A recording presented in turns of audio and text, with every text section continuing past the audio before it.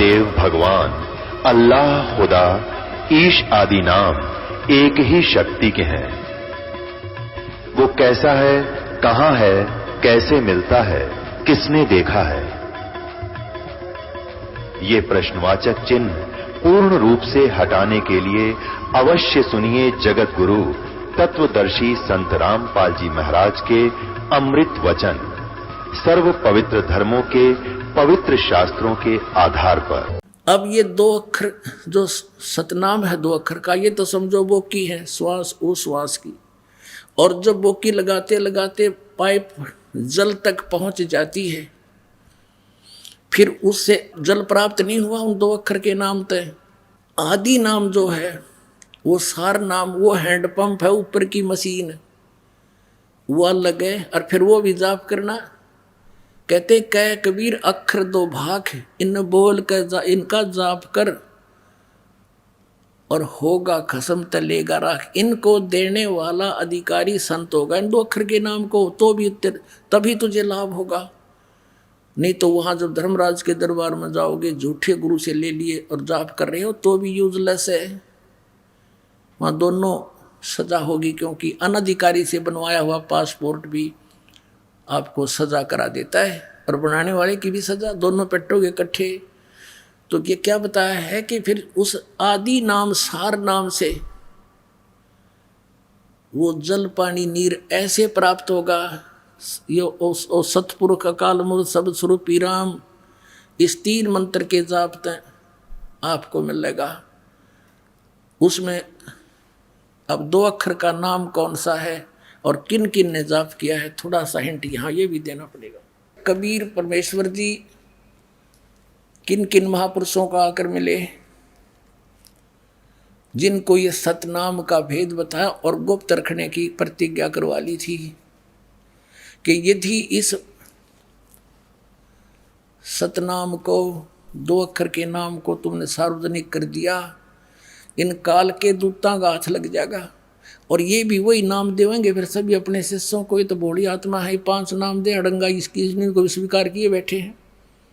और फिर जब ये बिचली पीढ़ी का समय आना था, काल को छक्के छुड़ाने थे काल के, तो हम पहचान नहीं करवा सकते कि वास्तविक मंत्र कौन से हैं और किन महापुरुषों ने जाप किया। जिन महापुरुषों को ये राधा स्वामी पंथ मुक्त मानते हैं और उनकी वाणी का समर्थन लेते हैं अपने सत्संगों में, वो क्या जाप करके पार हुए, और वही जाप हमने करना होगा, तभी हमारा मोक्ष होगा। आदरणीय नानक साहिब जी को परमेश्वर आए जिंदा महात्मा के रूप में बेई नदी पर मिले, वहाँ से सचखंड लेकर गए, उनको वापस छोड़ा और फिर उनको बताया था, सारी कहानी से परिचित करा दिया था कि पुण्यात्मा ये सतनाम है, ये 2 अक्षर का, ये तू जाप कर, लेकिन अभी किसी को मत बताना, नहीं तो बात बिगड़ जाएगी और ये आपके भाई बहन बच्चे काल के जाल में फंसे रह जाएंगे।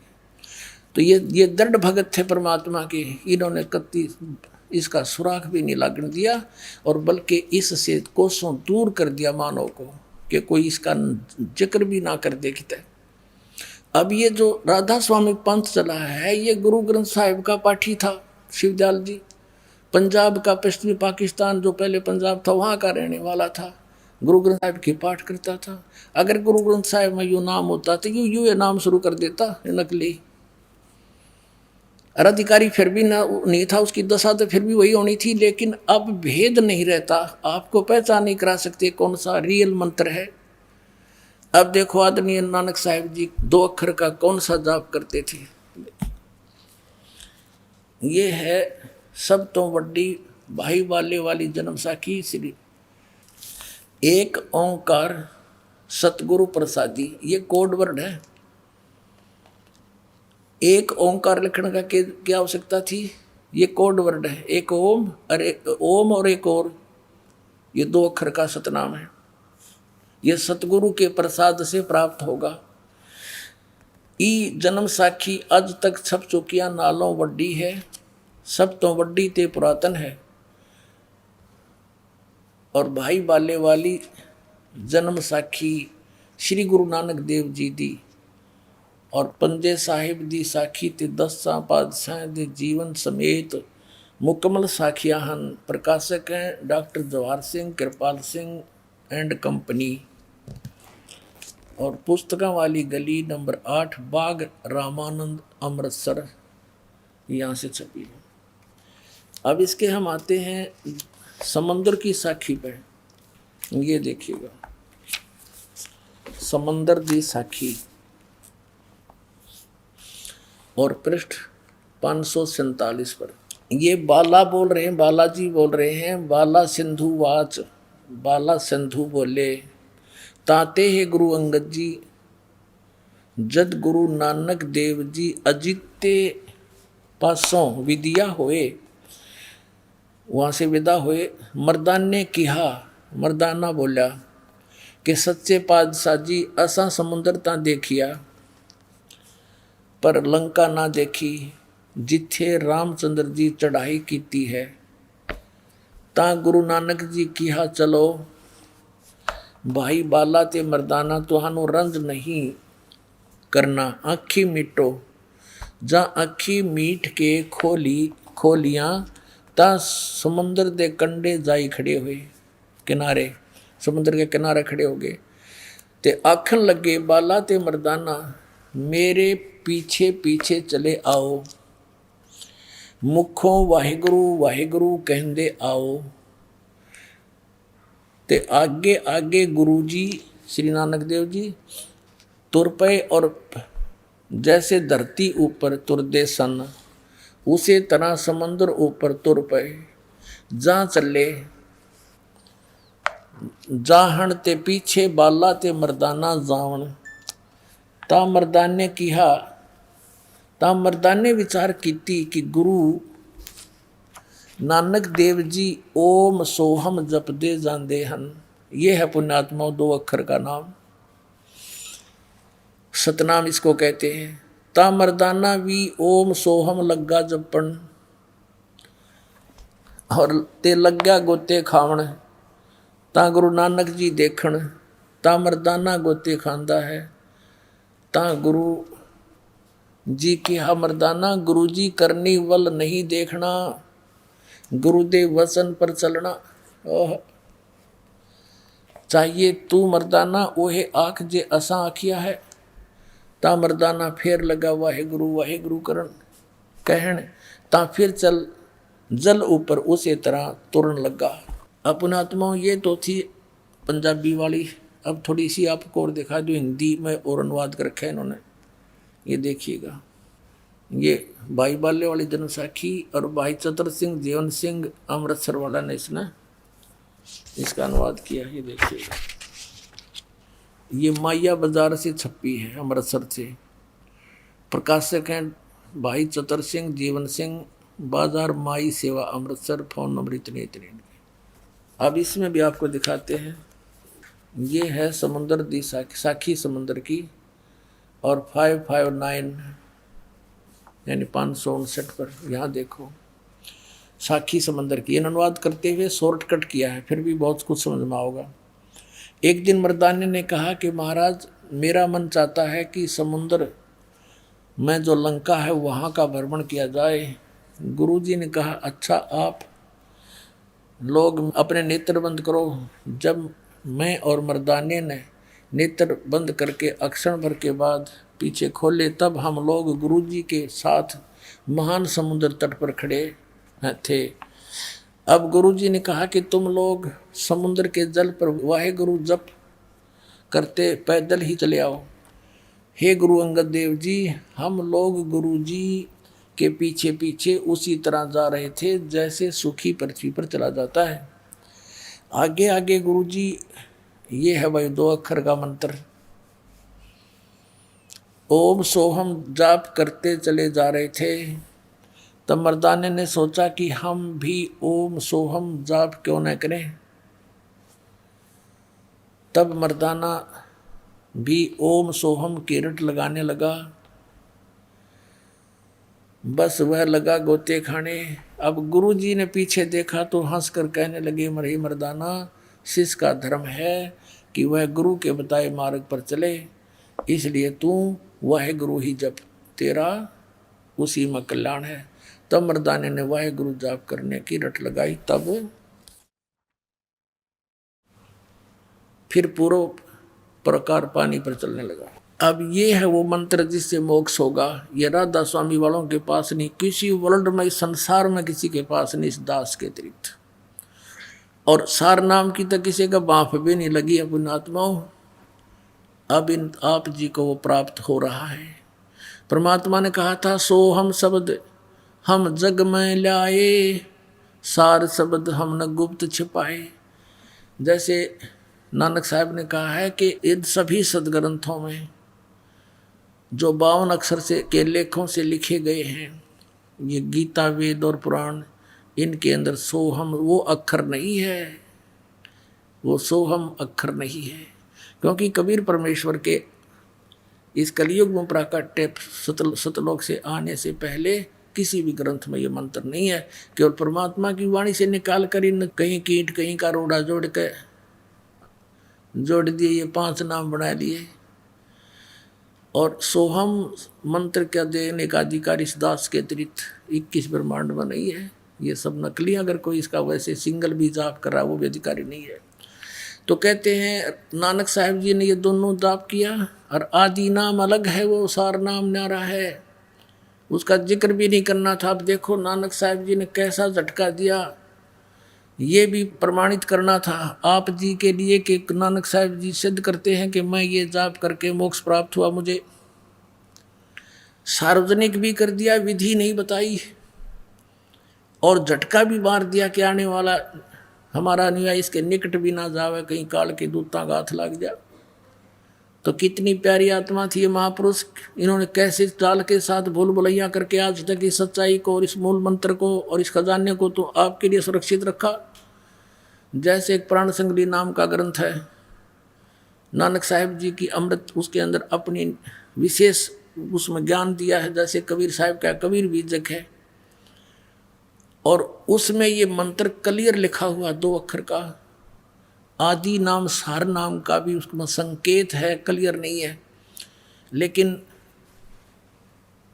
अब उन गुरुजियों ने, जब अर्जुन देव जी 5वें गुरुजी इस सभी यानी आदरणीय नानक साहिब जी की महिला पहला की वाणी को, साथ में सभी अपनी भी और 3 और गुरुओं की, इन 5 की वाणी को जब संग्रह करके एक जलद बनाने लगे, गुरु ग्रंथ साहब की बीड़ बनाई, बीड़ बोलते इसके। उस समय ये प्राण संगली कहाँ थी? नानक साहब जी ने, एक राजा था सिंगलदीप का, शिवनाभ नाम था उसका, उसको कहा था कि ये मेरा शरीर है, यह मेरी देह है, और इसको किसी के हाथ ना लगने देना, संभाल के रखना। और क्योंकि वो राजा समर्थ था, उसको उससे कोई ले नहीं सकता था इधर उधर का कोई व्यक्ति, इसलिए वहाँ सुरक्षित रखी थी। पता था कि आने वाली पीढ़ी का ये काम आवेगी। अर्जुन देव जी ने वो मंगवाई भी, फिर उसको उसके अंदर देखा कि इसमें यू मंत्र भी है, जिसको मर्दाना ने जाप कर दिया था वो मर गया होता गुरु जी का आदेश ने। तो उसने उस घड़ा लिख रखा, उसमें बहुत प्रमाण थे, जिस कारण से उस प्राण संगली को जल में प्रवाह कर दिया। आए है इसे अमृत ज्ञान को परमात्मा ने फिर दया करी, अपने प्रेरणा करी। एक साधु भक्त में प्रार्थना करके अर्जुन देव से कहा, भगवान मैं रख लूँगा इसको, संभाल के पढ़ लिया करूँगा एकांत में बैठ के, इसको दे दो मुझे। फिर वो निकलवा लिया। और थोड़ा बहुत प्रमाण आज हमारे पास है, इसका प्रमाण थोड़ा सा और दिखाते हैं आपको। ये देखिएगा प्राण संगली, श्री गुरु नानक देव साहिब की प्राण संगली सटीपन, ये यहाँ से छपी है, वेलवेडियर प्रिंटिंग प्रेस इलाहाबाद से, भाग 1। ये प्राण संगली सटीपन प्रथम भाग, श्री गुरु नानक साहिब विरचित प्राणों का अपूर्व कवच, ये उन्होंने लिखा है।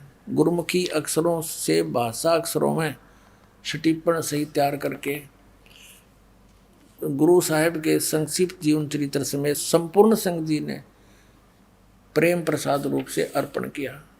ये संपूर्ण संघ जी ने ये इसका पंजाबी से हिंदी में लिखी है। ये प्रकाशक हैं Belvedere printing press, Motilal road, Allahabad. Motilal Nehru road. अब इसमें देखिएगा निवेदन में ये है आवश्यक सूचना।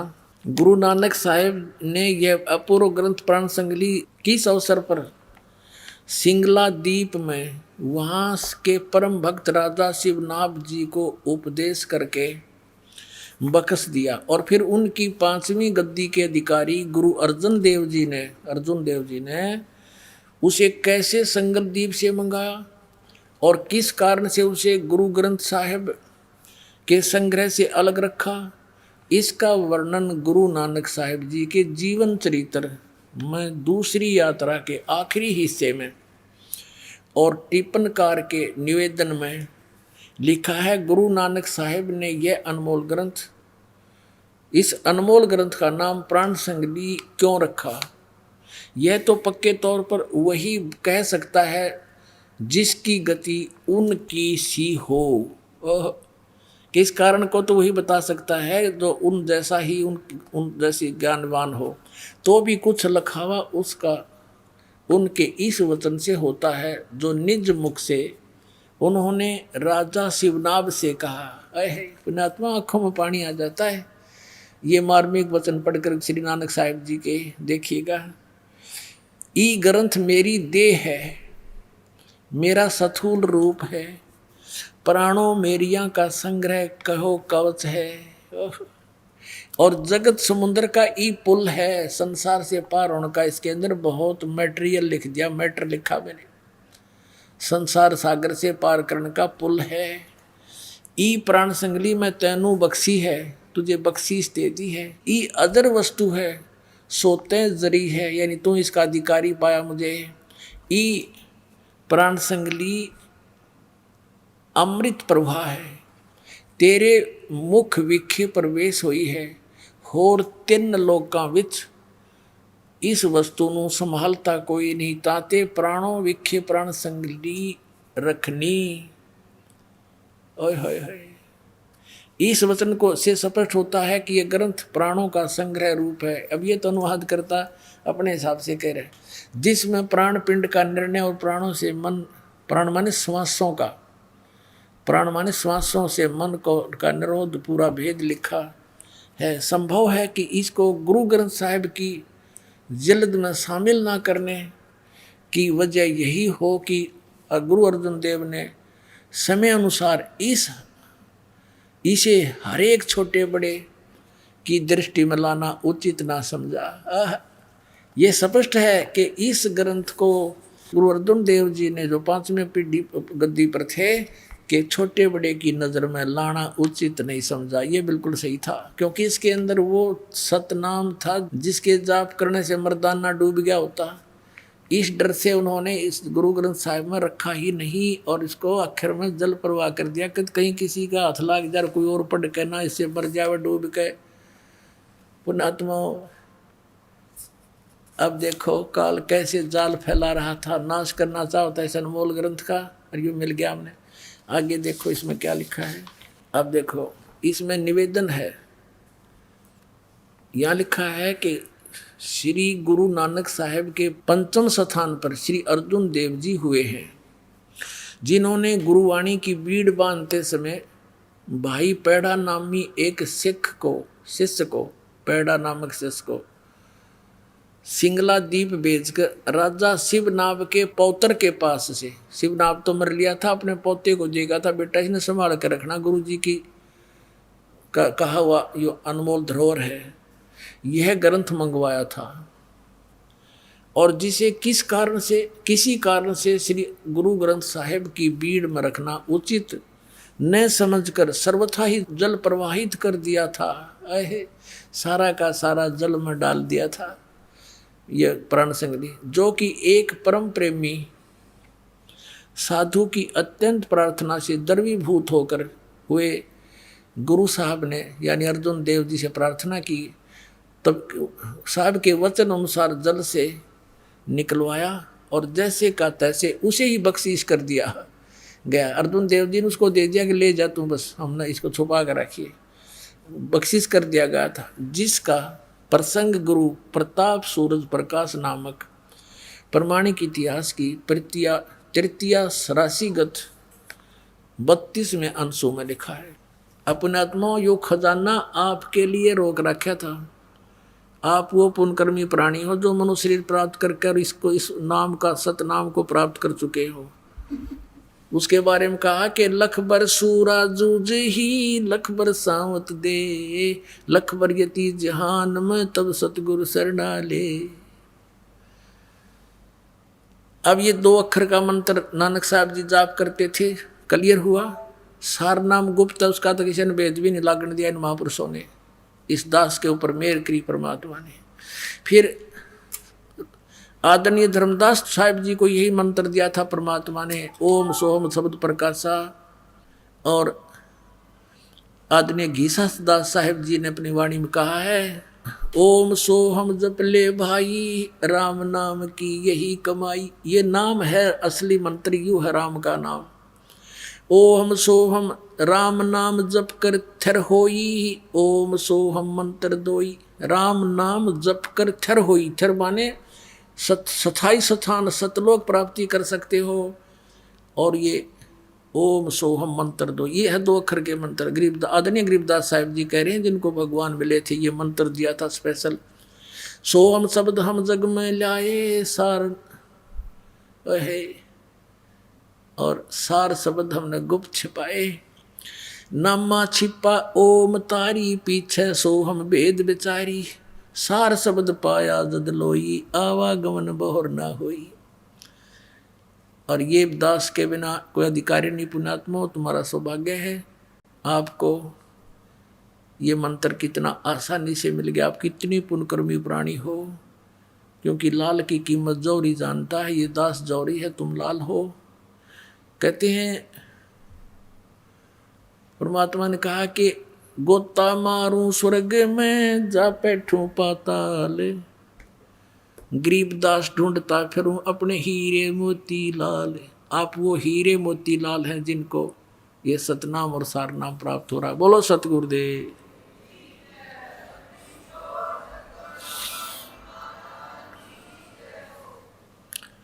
परम पिता परमात्मा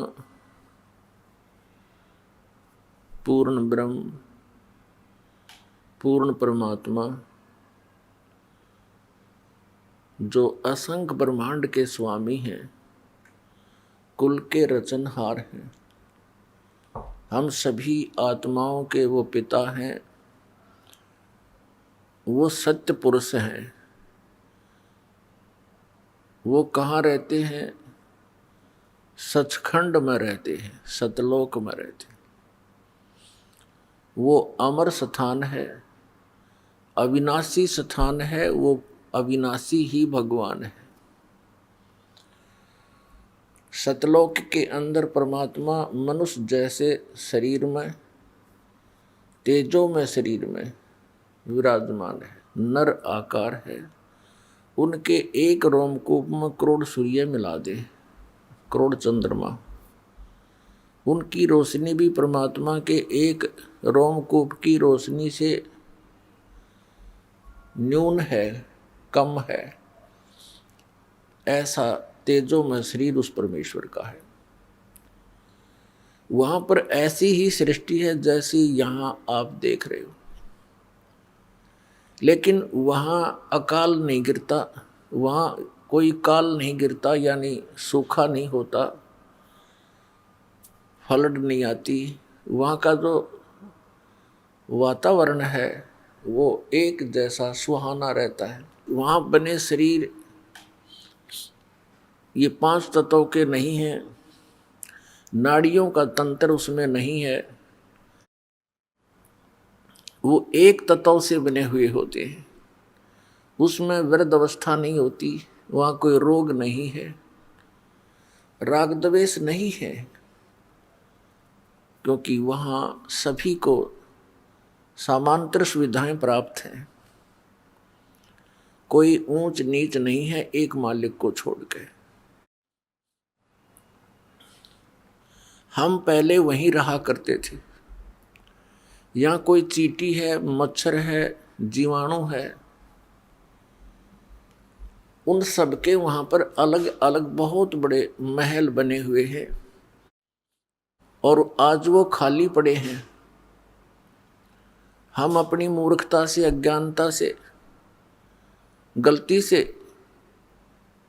उस सुख को त्याग कर इस काल भगवान के साथ यहां आ गए। इसने यहां हमारा बहुत दुरुपयोग कर रखा है। ये हमारे साथ बहुत दुर्व्यवहार कर रहा है। आप देख रहे हो, किसी को कुत्ता बना दिया, किसी को गधा बना दिया, कोई सूअर बनकर मल खा रहा है। यदि मानव शरीर है तो उसको इतनी टेंशन पैदा कर रखी है कि आजीवन वो टेंशन में ही मर जाता है। और काम कितना है, 2 रोटी का रोला है।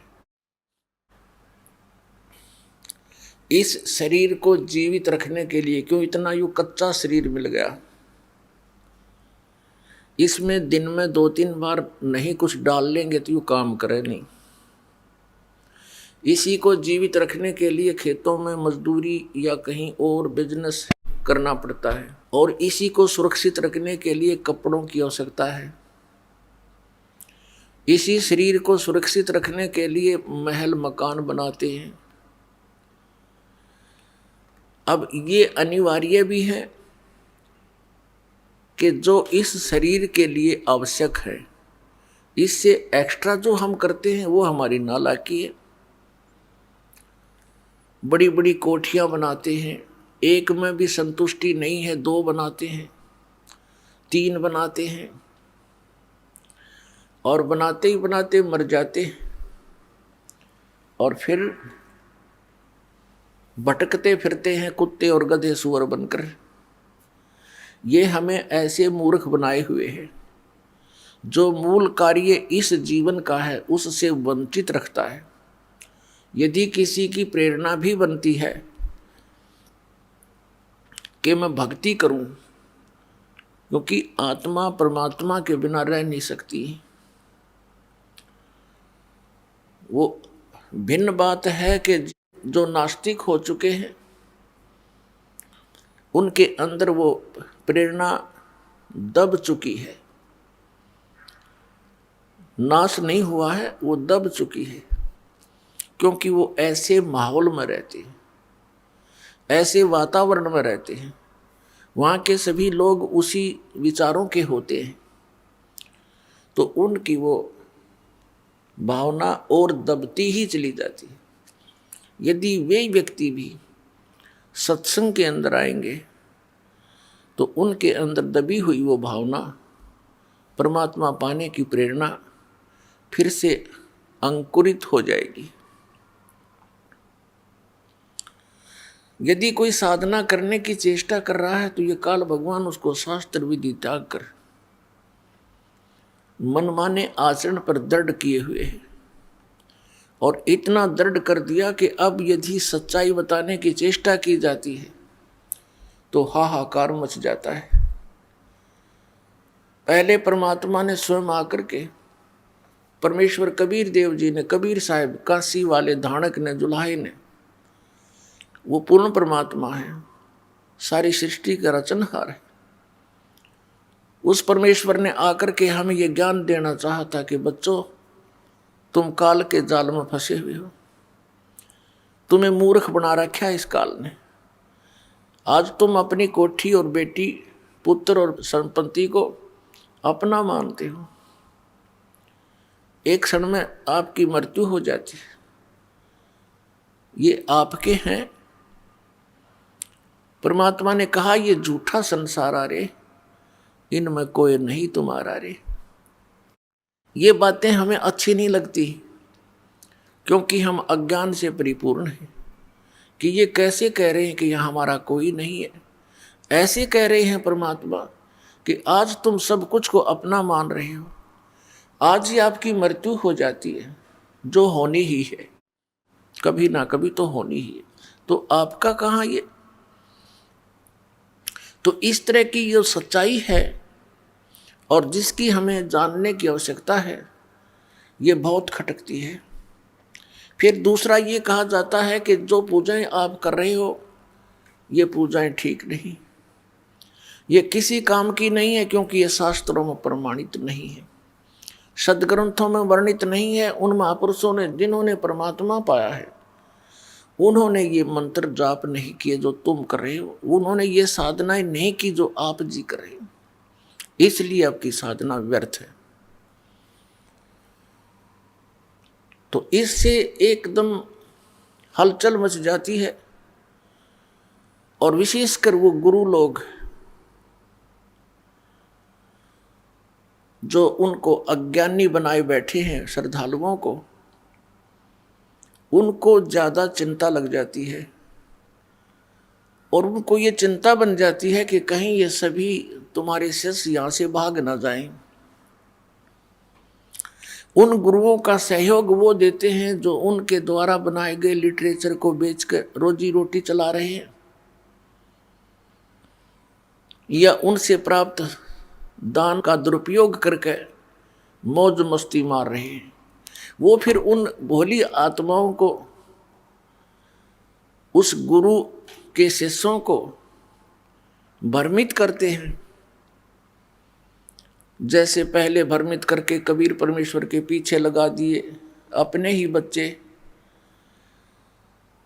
अपने ही पिता के साथ विरोधी बनकर खड़े हो गए।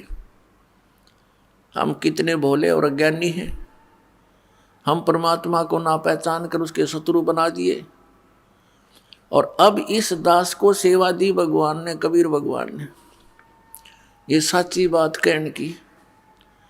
और ये दास उसी दिन से, सन 1994 से, जिस दिन से आदेश हुआ है उपदेश देने का, उसी दिन से आज तक 18वां वर्ष चल चुका है। ये दास ऐसे ही बोल रहा है, ये सच्चाई आपके समक्ष लाना चाह रहा है।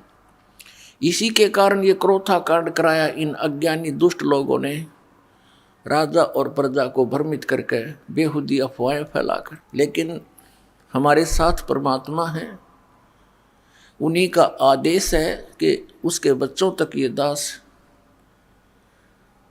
ये तत्व ज्ञान पहुंचाए, जिसके आगे इस काल ने ये नकली गुरु बाड़ बना रखे, ये बाधक खड़े कर रखे। अब ये तूफान है, तत्व ज्ञान ये तोब का गोला है, इसके सामने ये अज्ञानी अब रुक नहीं पाएंगे। और ज्ञान सब ज्ञानड़ी, कबीर ज्ञान सो ज्ञान, जैसे गोला तोब का अब करता चले मैदान। ये तत्व ज्ञान परमात्मा का दिया हुआ ज्ञान, सच्चिदानंद घन ब्रह्म की वाणी में, जो कबीर वाणी में लिखा, ये ज्ञान ये तोब यंत्र का गोला है, और जहां भी ये गिरेगा अज्ञान का नाश कर देगा।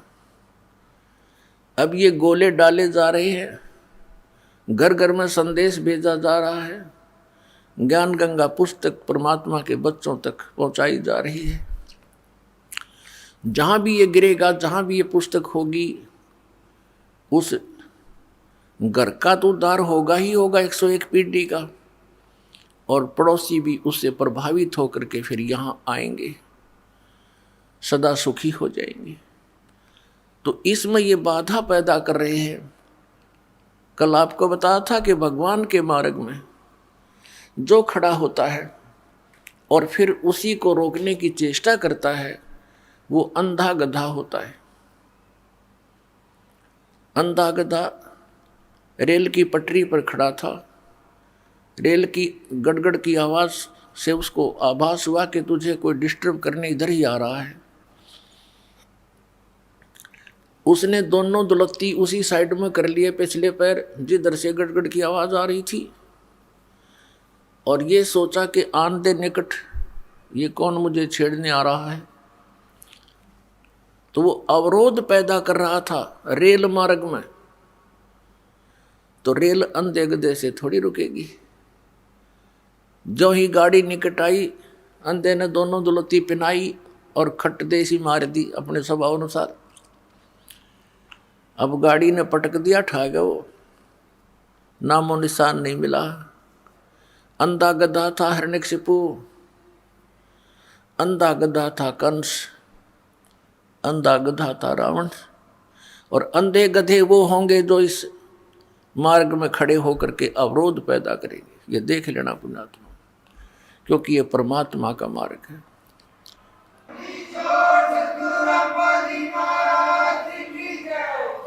परमेश्वर ने आकर के ये तत्व ज्ञान दिया था, वही ज्ञान ये दास आपको केवल सुना रहा है, अपनी तरफ से अपने विचार कुछ नहीं दे रहा। कई भोले श्रद्धालु कहते हैं कि आपके गुरुजी पुस्तकें दिखाते हैं, संतों की बताई बातों को बताते हैं, अपना भी तो कुछ अनुभव बतावें। अरे भले पुरुषों, एक बच्चा विद्यार्थी स्टडी कर रहा है और वो थ्योरी पढ़ रहा है, उस थ्योरी पर, उस सिलेबस के आधार से उसने प्रैक्टिकल करना होता है।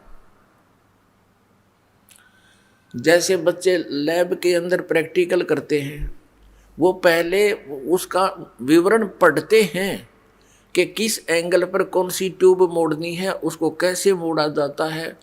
एक लैंप हो, सेपरेट लैंप हो, फिर एक पाइप को ऐसे गर्म करे, धीरे धीरे ऐसे करे, वो पहले लिखा होता है, उसके आधार से फिर प्रैक्टिकल करना होता है। यदि उस बच्चे ने वो पहले ये बता दिया कि ऐसे ऐसे लिखा है, और फिर वो अनुभव बताएगा तो वही बताएगा जो लिखा हुआ है। उससे भिन्न यदि वो अनुभव बताता, वो रॉन्ग है, वो गलत है। जिन महापुरुषों ने परमात्मा पाया, आदरणीय धर्मदास साहिब जी को परमेश्वर कबीर जी स्वयं आकर मिले थे जिंदा महात्मा के रूप में मथुरा में। आदरणीय मुलुकदास साहिब जी को मिले थे उसके गांव में, ऐसे ही एक जिंदा महात्मा के रूप में सत्संग कर रहे थे। आदरणीय दादू साहिब जी को मिले जिंदा बाबा के रूप में। आदरणीय नानक साहिब जी को मिले जिंदा बाबा के रूप में बेई नदी पर। आदरणीय गरीबदास साहिब जी को मिले गांव छुड़ानी, जिला झज्जर, हरियाणा के अंदर खेतों में, जब वो गायें चरा रहे थे, गौएं चरा रहे थे, 10 वर्ष के बालक थे। आदरणीय घीसा साहिब जी को मिले गांव खेखड़ा, जिला मेरठ, उत्तर प्रदेश में, और इस रामपाल दास को मिले हरियाणा में।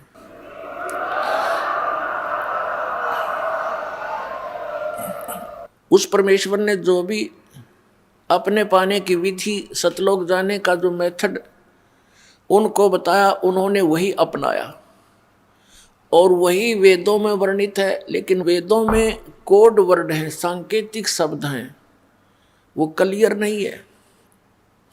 उसके लिए यजुर्वेद अध्याय नंबर 40 के श्लोक नंबर 10 से लेकर 13 में, श्रीमद् भगवत गीता अध्याय नंबर 4 के श्लोक नंबर 32 और 34 में ये स्पष्ट किया हुआ है कि जो सच्चिदानंद घन ब्रह्म की वाणी में इन यज्ञों की जानकारी, यज्ञ माने धार्मिक अनुष्ठानों की जानकारी विस्तार पूर्वक कही गई है, वो तत्व ज्ञान है। सच्चिदानंद ब्रह्म ने मुखे सच्चिदानंद घन ब्रह्म की वाणी में, यानी परमेश्वर ने स्वयं आकर के जो ज्ञान बताया है, उनके मुख कमल से बोली गई वो वाणी, कबीर वाणी में जो ज्ञान लिखा वो तत्व ज्ञान है। और वो परमात्मा चारों युगों में आते हैं, चारों युगों में ऐसी वाणी बोलते हैं, वो सूक्ष्म वेद होता है, वो तत्व ज्ञान होता है, वो कबीर वाणी होती है। चौथे अध्याय के 34वें श्लोक में कहा कि उस तत्व ज्ञान को, और यजुर्वेद अध्याय नंबर 40 के श्लोक नंबर 10 से 13 तक यही प्रमाण दिया है कि उस तत्व ज्ञान को तू तत्वदर्शी संतों के पास जाकर समझ, उनको दंडवत प्रणाम करने से, कपट छोड़कर प्रसन्न करने से वह तत्वदर्शी संत तुझे परमात्मा के बारे में जानकारी देंगे।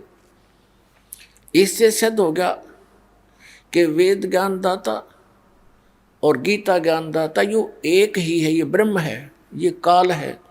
और श्री कृष्ण जी में प्रवेश करके तो इसने गीता जी बोल दी, चारों वेदों का सारांश, कुछ अपना भी इसने अटकल अड़ाई है। और वेद ज्ञान प्योर है, कोरा है, सही है, क्योंकि ये पूर्ण परमात्मा कबीर देव द्वारा इसके अंतःकरण में कंप्यूटर में फीड कर दिया था, इसके कंप्यूटर में, और फिर इसने बाहर डाउनलोड कर लिया। वो बाहर निकला, जैसे माता को गर्भ होता है, फिर समय आने पर अपने आप वो बाहर आ जाता है। इसी प्रकार परमात्मा ने इसी उद्देश्य से इसके अंतःकरण में, काल के ब्रह्म के अंतःकरण में ये 500 वेद भर दिए थे। उसका समय निर्धारित कर दिया था। उस समय ये अपने आप इसके श्वासों के द्वारा बाहर आ गए।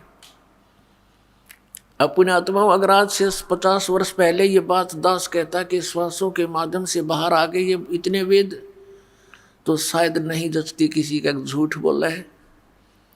अब आप देख रहे हो इंटरनेट कैसा लगा, ये तो मैन मेड है और ये गॉड मेड शरीर, इसमें तो ऐसे इंस्ट्रूमेंट है विज्ञान 100 जन्म भी नहीं ढूंढ सकती।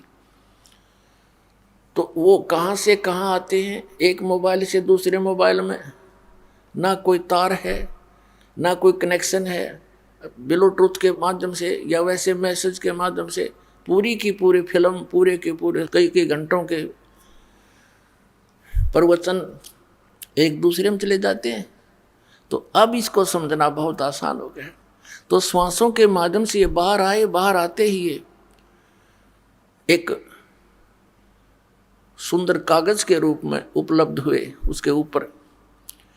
अब फिर ये अनाड़ी ने के उसमें कागज कहाँ से आ गया? अरे कमाल की बात करते हो। एक तरफ वो कहते हैं कि भगवान ने आदमी बना दिए और युवा बना दिए। जब परमात्मा आदमी बना सके है तो कागज और ये बनाते उसने कम सी देर लगेगी? जो सारे ब्रह्मांड रच सकता है, और वो कागज तुम बना नहीं सकते जो मालिक भेज दे। तो ऐसा ही हुआ था। इस ब्रह्म ने उनको पढ़ा था और उसने देखा कि ये 5वां जो वेद है, सूक्ष्म वेद, इसके अंदर तो पूरा ही ज्ञान दिया हुआ है, और इसको इन प्राणियों को जो मेरे अंतर्गत फंसे हैं इनको ये ज्ञान हो गया तो ये भाग जाएंगे यहाँ से। उसको उसने खत्म कर दिया और 4 वेद दे दिए जिसमें सांकेतिक शब्द हैं अधिक।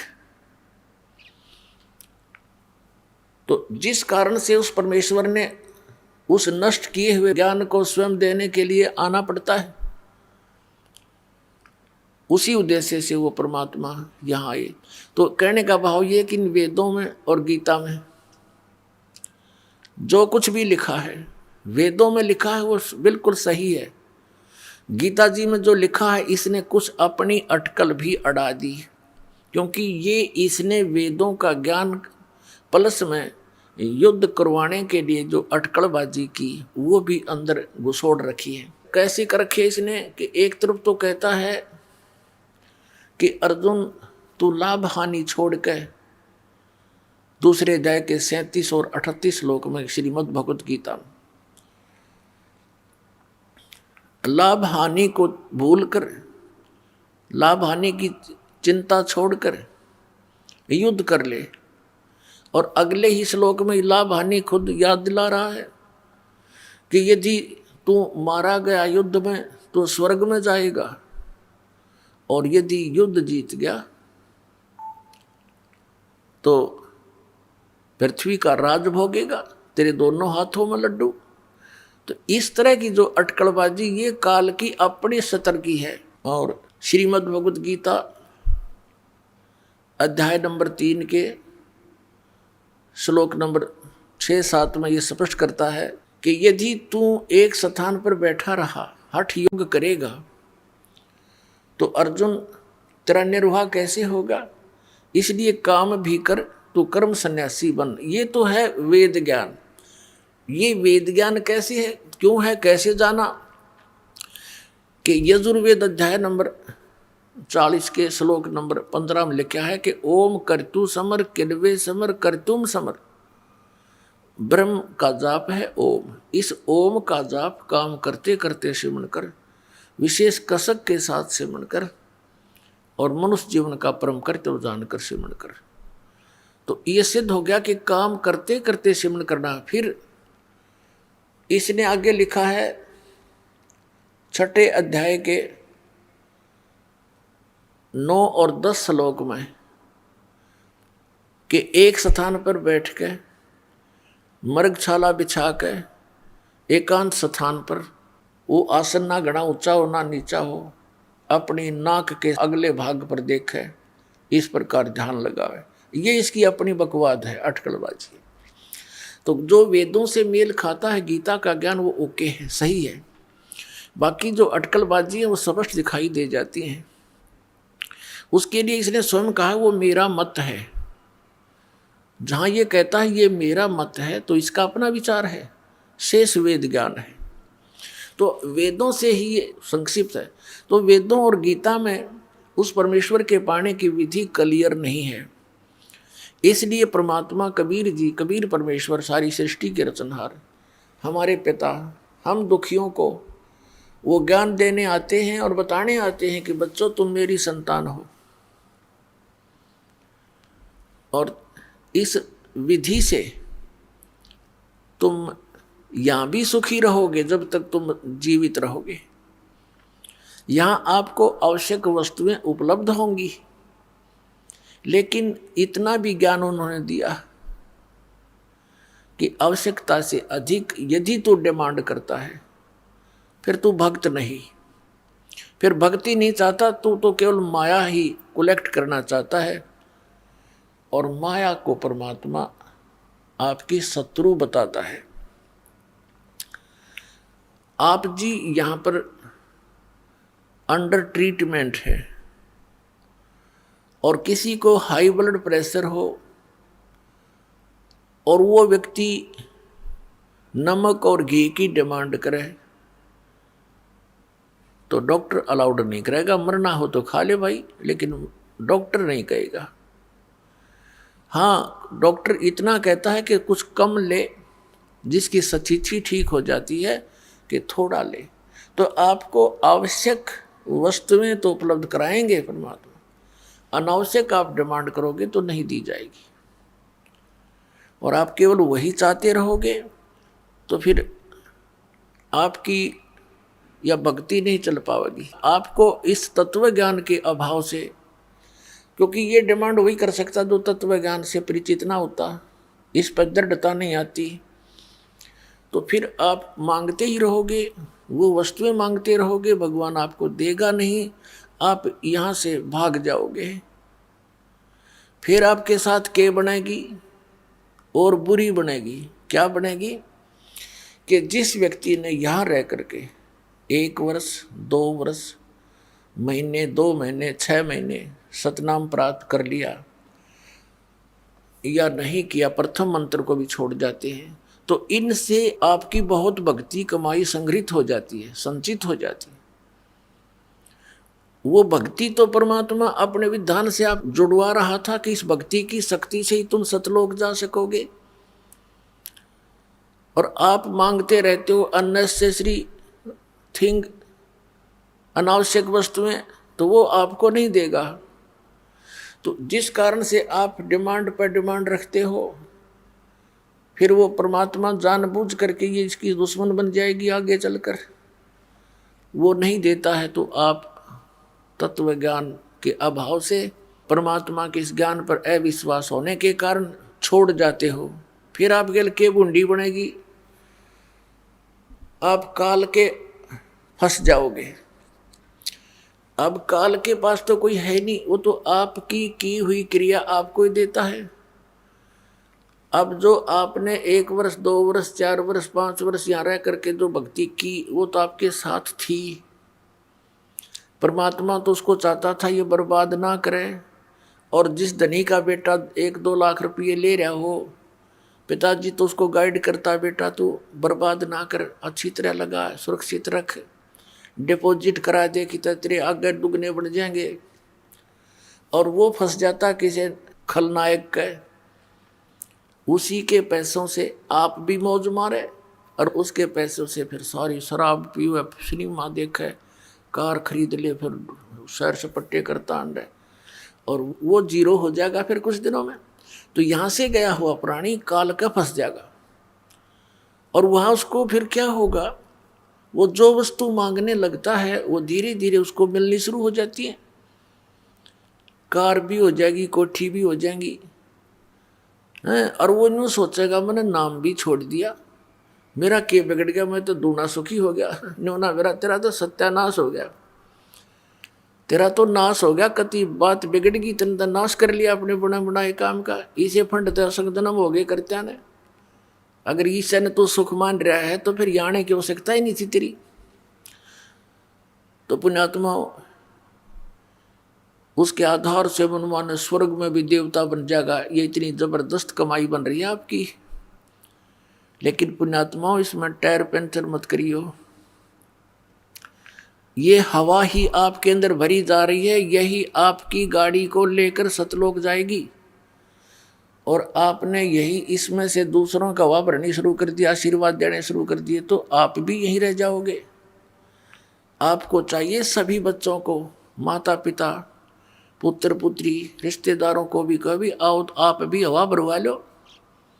सतलोक आश्रम बरवाड़ा में भरी जाती है, अपने टायर में तो क्यों दूसरे का डाला, दोनों कंडम।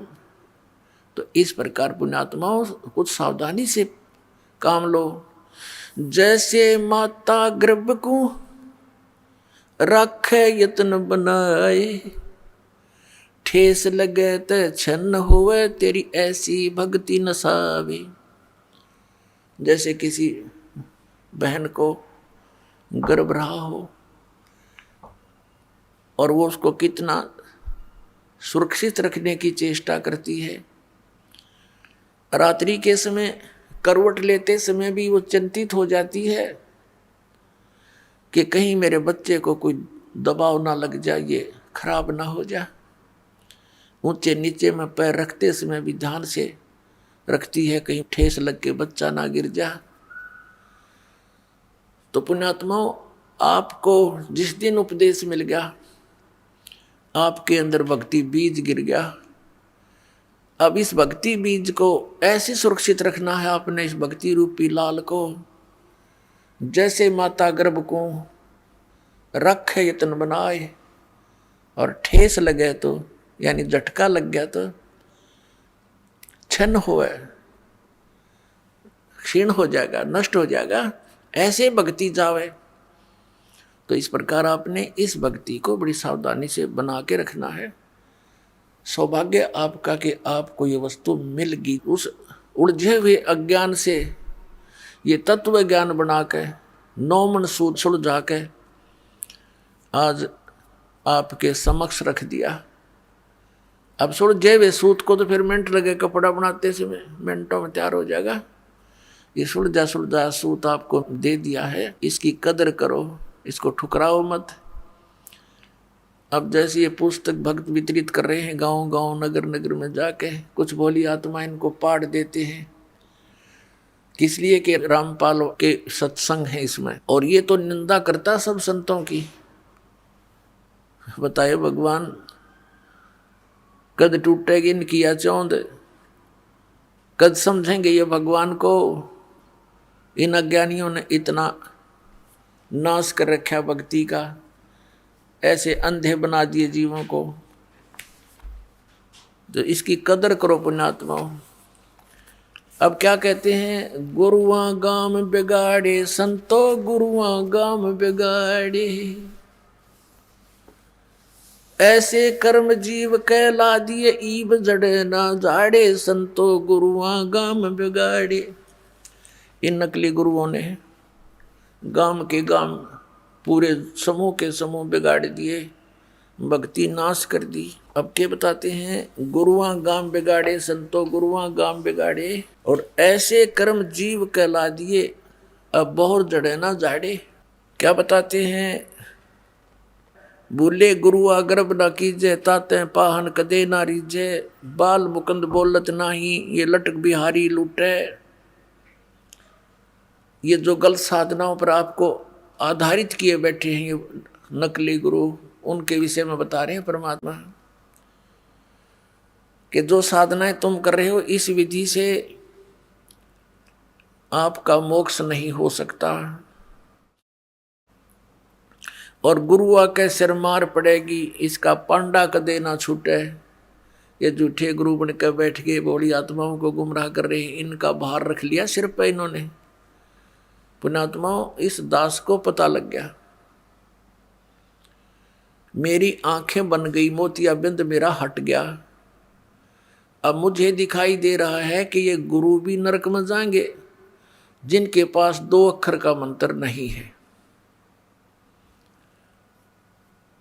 और फिर अनुयायी तो उन गुरुओं पर आधारित वही साधना कर ही रहे हैं, वो भी उन्हीं के साथ होंगे।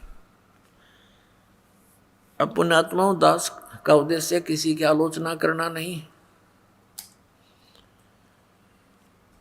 सच्चाई कहना है, सत्य बताना है, सच्चा मार्ग दिखाना है और आपको सतलोक पहुंचाना है। सतलोक कैसे जाओगे, उस साधना का, उस विधि का ज्ञान कराना है, ये दास का उद्देश्य। तो क्या बताते हैं कि गुरु आके सिर मार पड़ेगी, पांडा कदे न छूटे। पांडा माने पीछा, फिर असंग जन्म तक यही धक्के खाते रहेंगे, क्योंकि गुरु पद को वही प्राप्त करते हैं जो बहुत पुण्यकर्मी प्राणी होते हैं। अपनात्माओं, ये अध्यात्म ज्ञान है और आप विद्यार्थी हो। आप तो विद्यार्थी हो तो यहाँ प्रवेश पागे सतलोक आश्रम बरवाला में, और दूसरे गुरुओं के पास हैं वो तो नावल पढ़ रहे हैं, सिलेबस नहीं पढ़ रहे। उनको नावल दंत कथा पढ़ाई जा रही है। वो नावल क्या है उनके? बकवाद। न थोड़ी सी झलक दिखा दूं, इनको नावल कहते हैं। ये राधा स्वामी वाले क्या कहते हैं कि हमारे गुरुजी तो वेदों और गीता से भी आगे का ज्ञान सुनाते, हमने वेद और गीता पुराणों की कोई आवश्यकता नहीं। वो तो दुर्ता आ रहे थे, दुर्ते कितने बोला राधा स्वामी लोग से आ रहे थे। राधा स्वामी लोग बोला सतलोक, अनामी लोग तो भी ऊपर, साडा राधा स्वामी लोग। इन्हें बैठा दिया। अब इनका ज्ञान दिखा दूं थोड़ा सा इन गुरुओं का। ये क्या बकवाद गढ़ा करते, ये आउट ऑफ सिलेबस नावल पढ़ा करते, और वो नावल भी ऐसे जिनका कहीं सिर पैर नहीं।